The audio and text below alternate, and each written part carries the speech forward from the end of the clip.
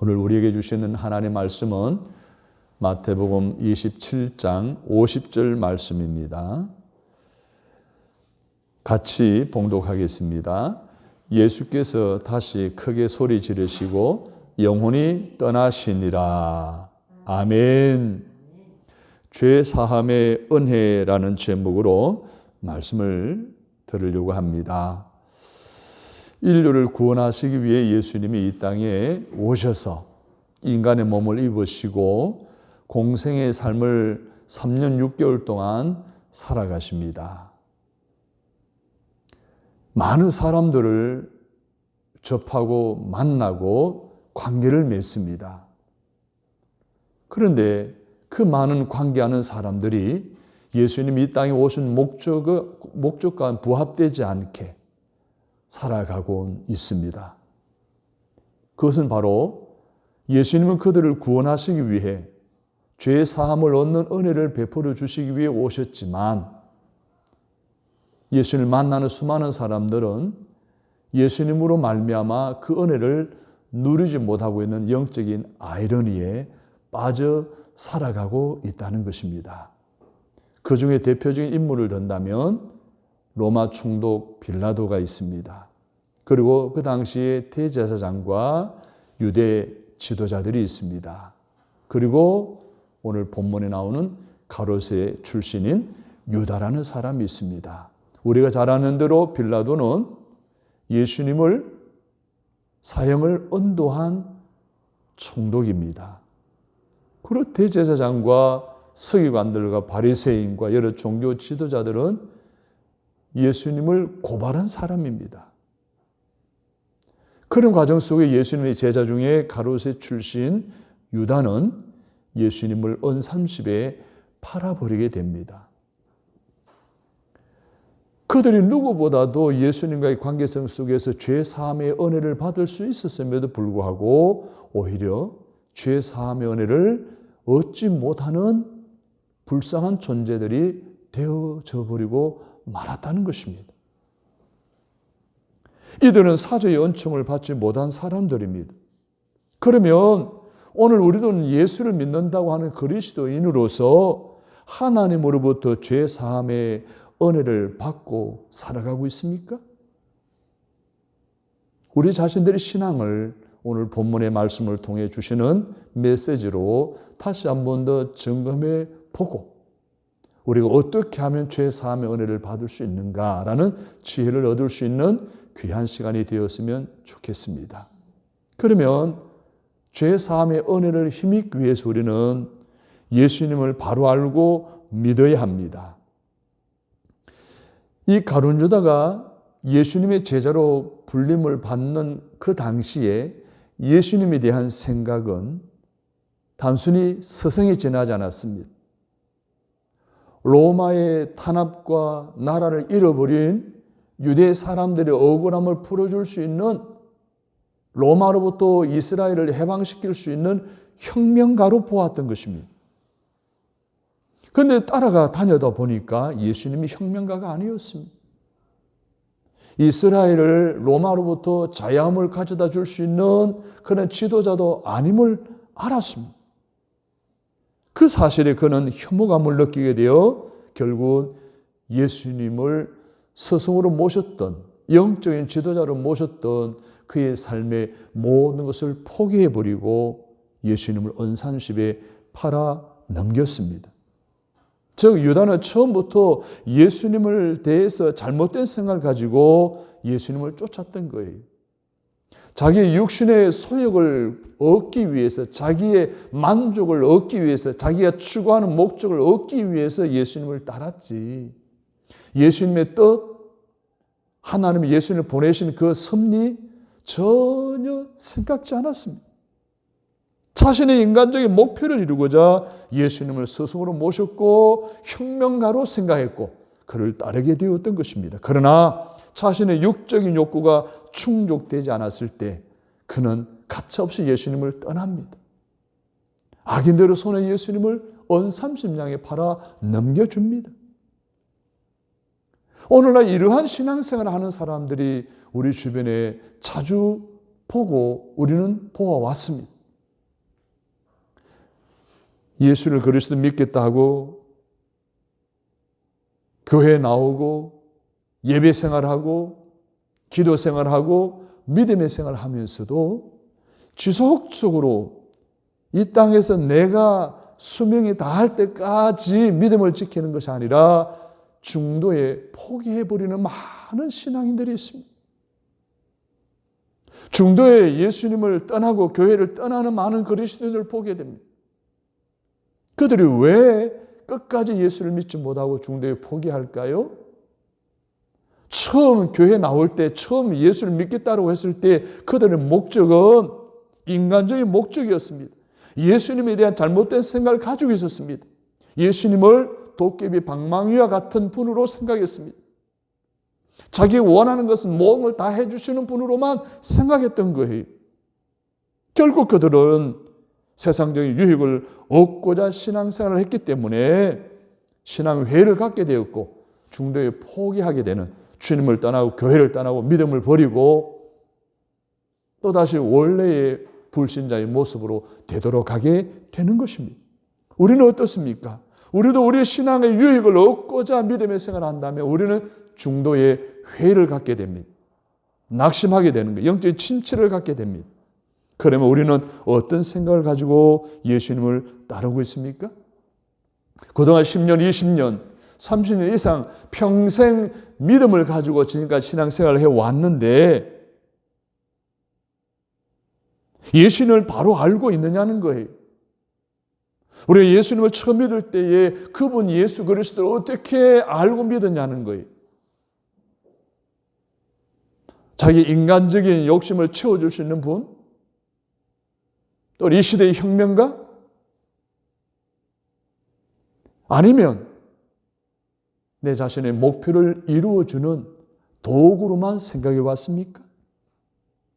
신앙 연세 오래되었다고 예수님을 바로 아는 것은 아닙니다.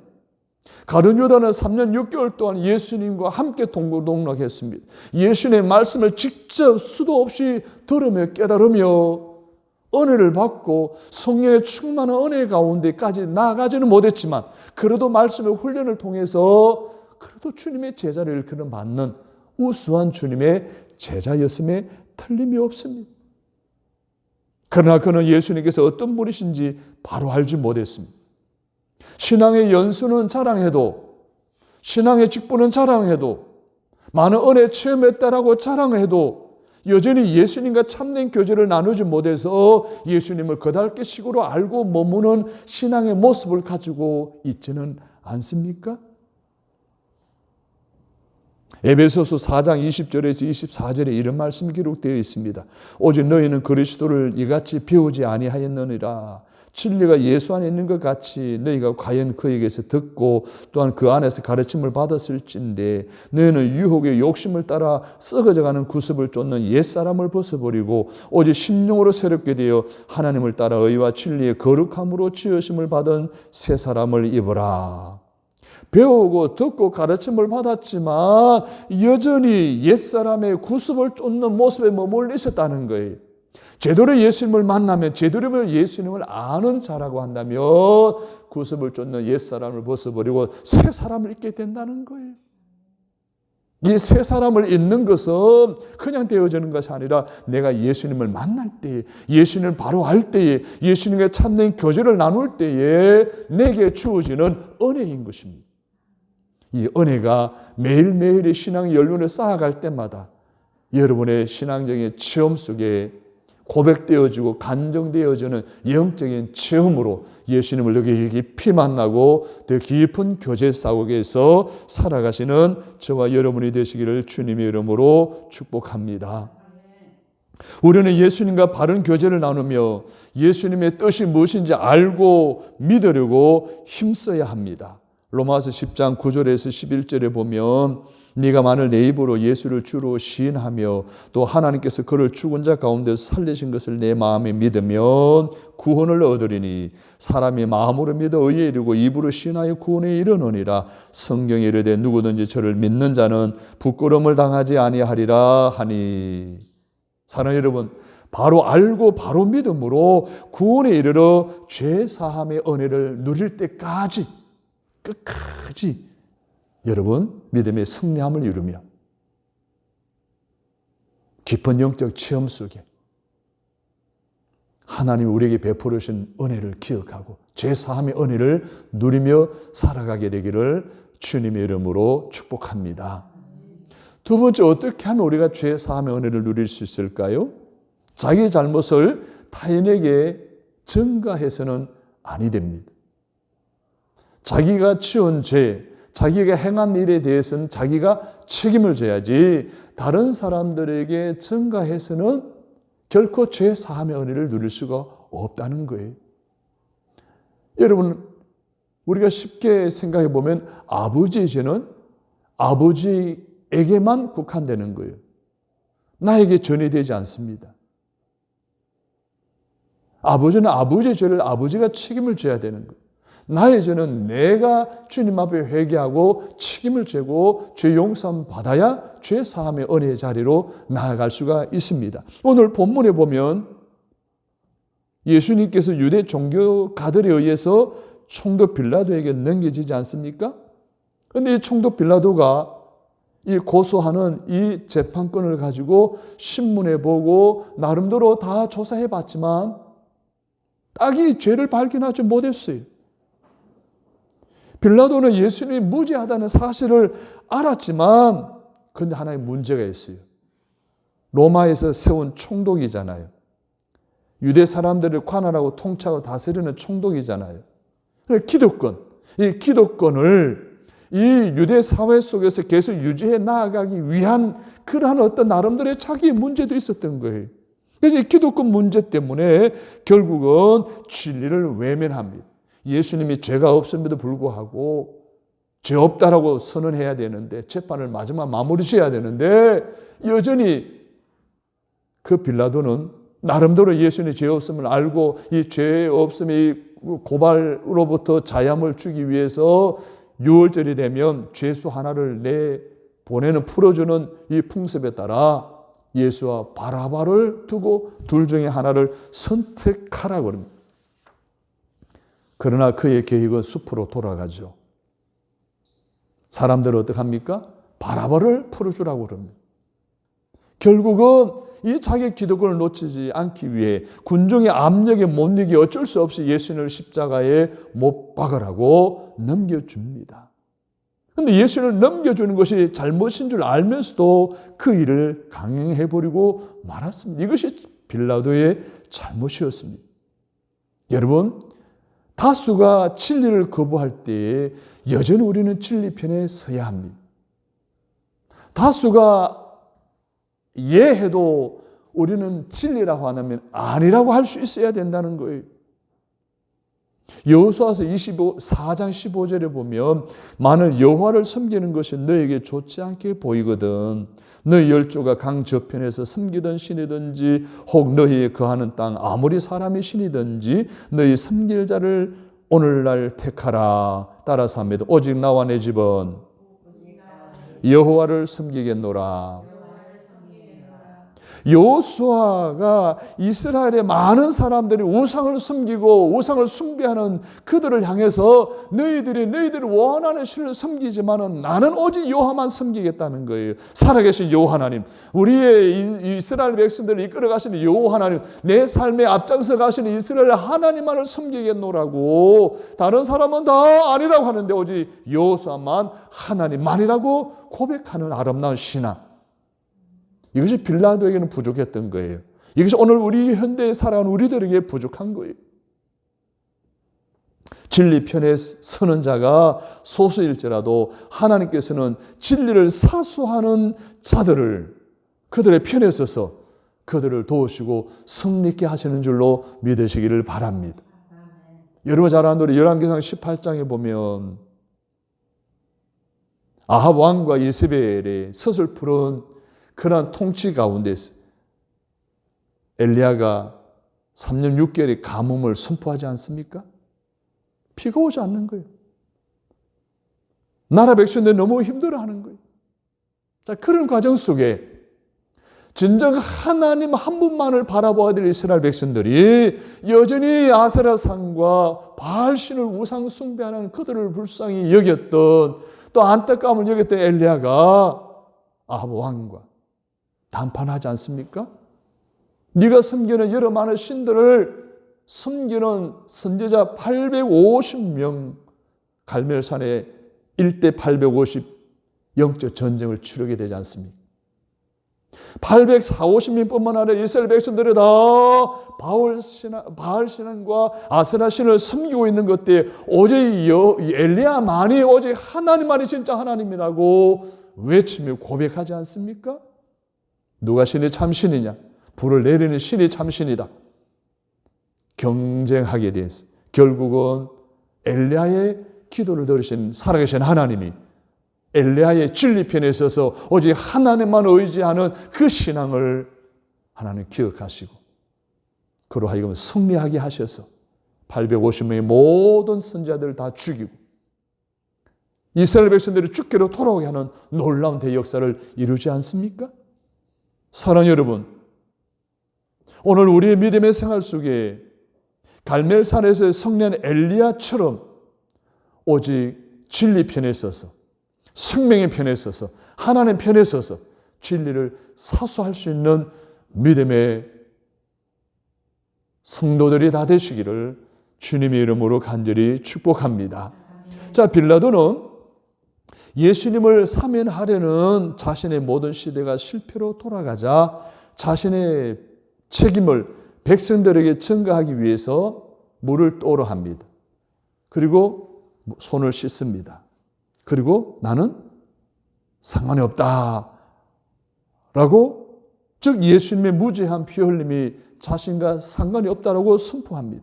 그러나 아무리 책임을 피하려고 할지라도 자신이 범한 일에 항상 책임이 뒤따르기 마련 아닙니까? 죄를 범하고 그 죄로부터 책임이 면제될 사람이 아무도 이 세상에는 없습니다. 타인에게 책임을 전가한다고 해서 자신이 받을 형벌이 삭제되는 것은 더더욱도 아닙니다. 오늘 우리는 나의 책임을, 나의 죄를 다른 사람에게 전가한 일은 없습니까? 그러면 죄 사함의 은혜를 받을 수가 없습니다. 빌라도처럼 이 아니라 진리편에 있어서 철저하게 내가 행한 일에 하나님이 언제나 책임져 주시는 그 확신한 믿음을 갖고 내 자신이 철저히 주님 앞에 회개함으로 죄 사함의 은혜의 자리에 들어가 귀하게 쓰임받는 저와 여러분이 다 되시기를 주님의 이름으로 축복합니다. 세 번째로 죄 사함의 은혜를 받기 위해서는 생활 속에서 예수님과 좋은 관계를 맺어야 합니다. 생활 속에서 예수님을 무시해서는 아니 된다는 이야기입니다. 예수님께서는 로마 군병들에 의해서 희롱을 당하며 모욕을 받으셨습니다. 뺨을 맞으셨습니다. 채찍을 당하셨습니다. 옷을 벗김을 당하셨습니다. 부끄러움과 모욕을 당하셨습니다. 십자가에 달리되 가시멜리환을 쓰셨고 두 손과 두 발에는 못 박힘을 당하셨습니다. 옆구리엔 창을 찔림을 받으시기까지 하셨습니다. 자, 그러면서까지 예수님께서는 갖은 고난과 모욕과 멸시를 당하셨는데 차마 하나님의 아들이라고 할 수 없을 정도의 고난과 모욕을 당하셨던 거예요. 이렇게 예수님께 고통을 당하시는 그 십자가 밑에서 성민이라고 스스로 자처하고 성민 의식 속에 살아가는 이스라엘 백성들이 예수님이 죽어가는 모습을 바라보며 뭐라 그랬습니까? 조롱했습니다. 비아냥거렸습니다. 또한 율법에 능통하다는 바리새인들과 서기관들과 이 대제사장들이 예수님의 죽음을 당연하게 생각해 하고 있음을 보게 됩니다. 사랑하는 여러분, 이 이스라엘 백성들이나 서기관들이나 바리새인들이나 대제사장들이 그들이 예수를 너무나 잘 알고 있습니다.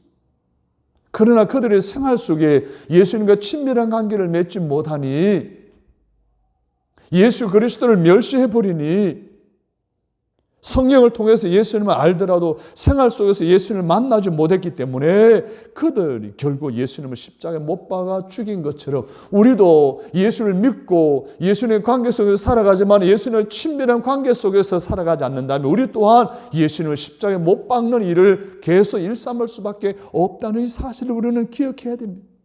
완악한 무리들도 똑같이 될 수밖에 없다는 사실을 우리는 기억해야 됩니다.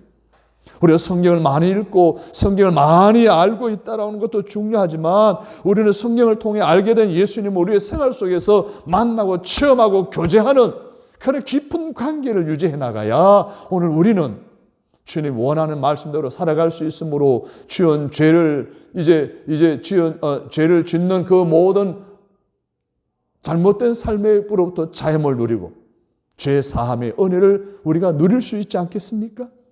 하나님을 만나는 은혜의 체험, 오늘 우리에게 정말 필요합니다. 하나님과 친숙한 믿음의 관계가 정말 우리에게 필요합니다. 차인표 신에라 부부는 탤런트로 보다 더 유명하기보다는 신실한 그리스도인으로 더 유명하죠. 차인표가 2018년도에 대만에서 5천 명이 모인 가운데서 이런 간증을 하게 됩니다. 자기가 40년 동안, 그 당시 42살에 그런 고백을 했는데 42년 동안 예수를 믿어도 헛믿었다는 거예요. 42년 동안 신앙생활을 해도 결국은 확신한 구원의 확신 속에 거하지 못했다는 거예요. 이유인적 그렇게 고백할 수 있었던, 다시 말해 죄 사함의 은혜 가운데 내가 예수 그리스도를 통해서 구원을 받고 예수 그리스도를 만나고 신앙적 영적 기쁨을 누리게 되었다라고 하는 이러한 계기가 있어요. 2016년도에 컴패션은 뭐 하는 곳인가 하면 세계의 가난한 어린이들을 찾아가서 돌봐주고 섬겨주는 사역을 하는 컴패션의 대사가 신에라 씨예요. 그런데 신에라 씨에게 스케줄이 함께 겹치게 되어 갈 수 없게 되었어요. 그래서 자기 아내가 당신이 갔으면 좋겠다라고 부탁을 해왔어요. 싫었지만 결국은 신에라 씨가 강하게 어필함으로 수용을 받아들여서 비행기를 타고 인도에 갔어요. 인도에서 버스를 타고 목적지를 향해 가는데 막 불평이 끊임없이 올라오더라는 거예요. 너무 덥고 너무 자리도 불편하고 너무 왜 벌레가 그래 많은지, 특히 이 모기가 왜 그래 많은지, 모기가 자기만 물더라는 거예요. 그래서 3시간 이제 버스를 타고 투어를 하고 도착하는데 보니 저 길 끝 부분에 자그마한 예배당이 하나 있는데 내려서 가보니까 어린 아이들이 예배당 앞에 모여 있는 거예요.